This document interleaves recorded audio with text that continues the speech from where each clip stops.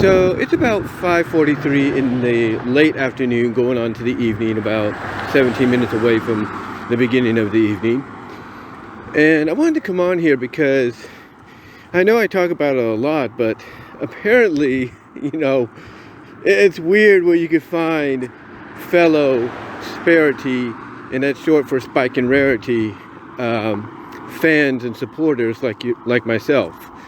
I'm at George Garza 1, on DeviantArt and of course here on YouTube. But what's even more crazy is who you find on Facebook. And the person I found on Facebook is a big Sparity shipper.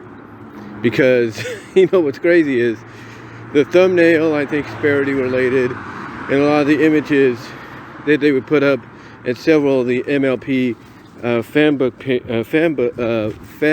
group pages are Sparity related too. And I know, what's crazy is one of the more recent, tweets, or not tweets, but postings that they put up on the, and my umbrella just hit the mic there, I do apologize. But what's crazy is one of the posts they put up got a reaction again. Yeah.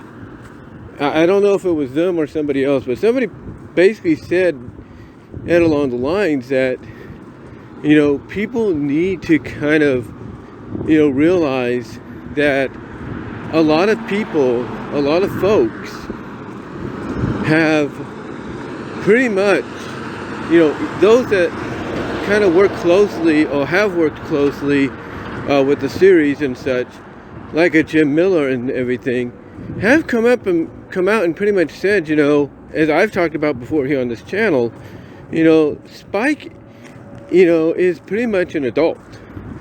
And, some would argue differently that, that might be the case, but he's still looked at as a baby. Look at the size of the guy. Well, that's the thing. That's the thing. The reason he is that way is because he's not as greedy or has any kind of real greed to him, like, let's say, a Garble or maybe a Smolder, if you will. If they have just the slightest bit of greed in them, yeah, that will cause a bit of a growth. If you get what I'm saying. I mean, look at Secret of My Excess. You kind of get the idea there. But yeah, Jim Miller was adamant, in a tweet saying, yeah, Spike's about 16 to 20 years old, so I don't know where you guys are kind of getting off that he's a baby. if you kind of understand, what he's trying to explain there. But like I said, this person posted something, and look, everybody, as I've talked about before when it comes to the ship, has their opinions, has a right to their opinions. I mean, you can like it or not like it, that's fine.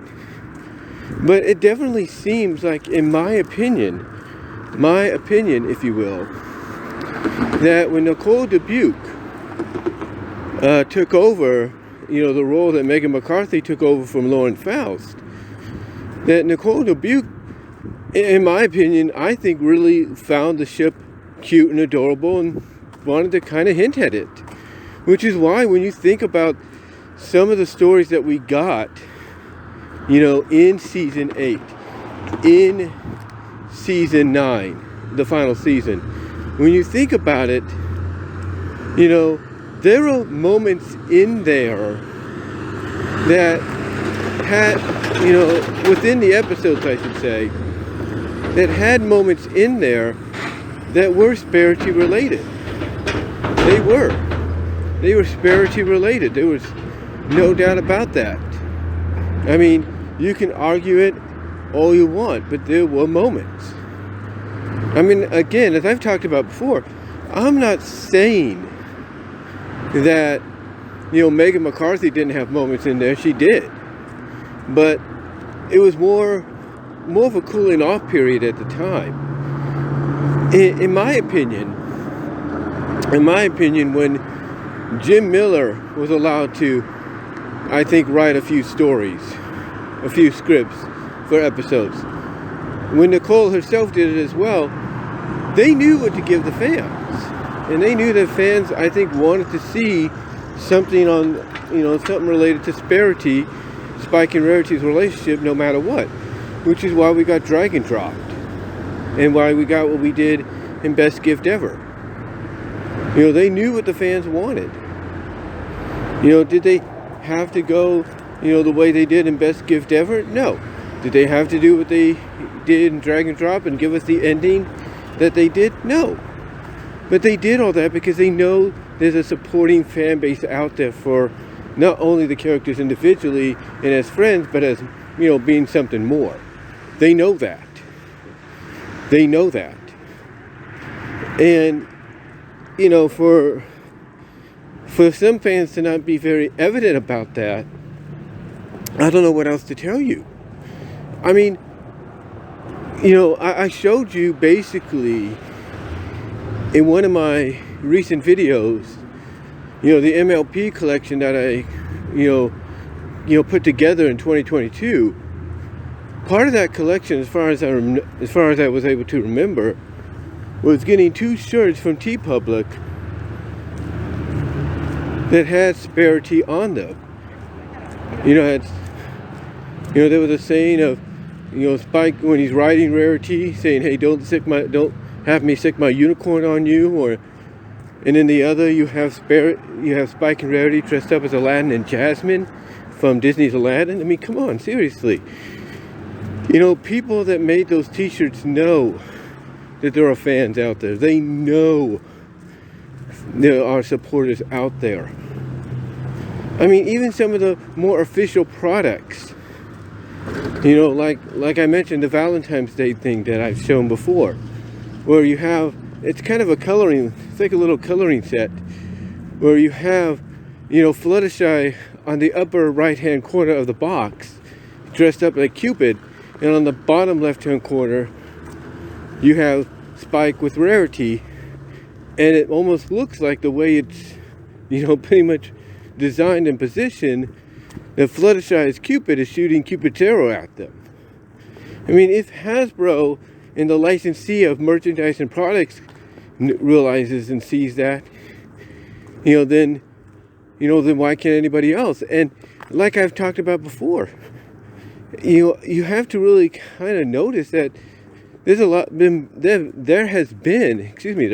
there has been a lot more fans accepting of Spike and Rarity as a couple, as an item, after the show is over. Now, some would say, oh, that's because they are taking the older version of Spike from the future and pairing him up with Rarity. And that's fine. It's okay. You want to do it that way? That's fine. It's okay in my opinion, because because honestly, maybe they're finally seeing that, hey, I guess in their opinion, there's an out. There's a loophole. That, hey, all right, you folks want to you want to pair Spike and Rarity together, that's fine. But you know what we're going to do? We'll do it too, but we're going to use the older version of him. And that's what they did. Oh, that's what they like to do. But I think also, in continuation of this, I think also with them doing something like that, it's their way of basically acknowledging, what a lot of us fans, have been seeing with the Sparity ship. That it basically, it doesn't matter if he's a dragon or she's a pony, unicorn, if you will, that there's something more there. And again, when you have someone like Jim Miller come out and say what he did, age-wise, and no one, in a way, I mean, yes, there were some people that tried to dispute him and everything, debate him, but when you pretty much have him say that, and he's basically not really, having much of an argument, if you will, with the folks, with people, if you will, on that. Although, like I said, there are some people that would debate him, but not everyone. But because when you look at when he made that tweet, maybe it's just my opinion of what I saw, but you basically got him essentially, getting people to side with him and agree with him. And understanding that, hey, maybe this is the reason, you know, Spike and Rarity would work. You know, again, just a matter of opinion, you know? It's a matter of opinion. But as I get ready to try to cross the street here, I'm more busier right now. But anyway, you know, again, you have a lot of people that, you know, really don't disagree with him, you know, at all. You know, they don't disagree with him whatsoever. I mean, yeah, like I said, you had some people debate him and stuff, but not many. Mostly were in agreement with him. Because now they can see, okay, well, Spike is that age, that makes more sense. You know, that makes more sense. But again, that's just, you know, opinion. But like I said, I notice, ladies and gentlemen, I notice, you know, lately that a lot more, you know, Sparity, you know, a lot more fans are coming out and actually supporting and acknowledging Sparity. Not because maybe they're using the older version, the future version of Spike, but I think it's also because of the fact that they're seeing others come out and kind of use, you know, the information that people like Jim Miller and others have given us. And then they also see, like, Finland, you know, they got an official book called Pony Named Spike, where Spike uses some magic to turn into a pony for a day, a Pegasus, where I guess taking a page out of the Cutie Pox episode, his cutie mark turns into whatever he's thinking, and one of his cutie marks is a heart with Rarity on it. It's like, come on, you know, they know what they're doing. Hasbro, at the end of the day, would not allow any of this to happen if they didn't see the love and support that this ship gets. Because it does. It gets a lot. There's no doubt.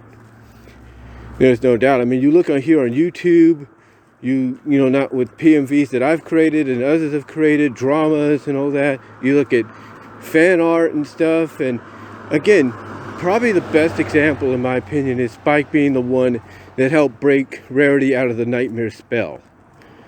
You know, in the Nightmare Rarity arc.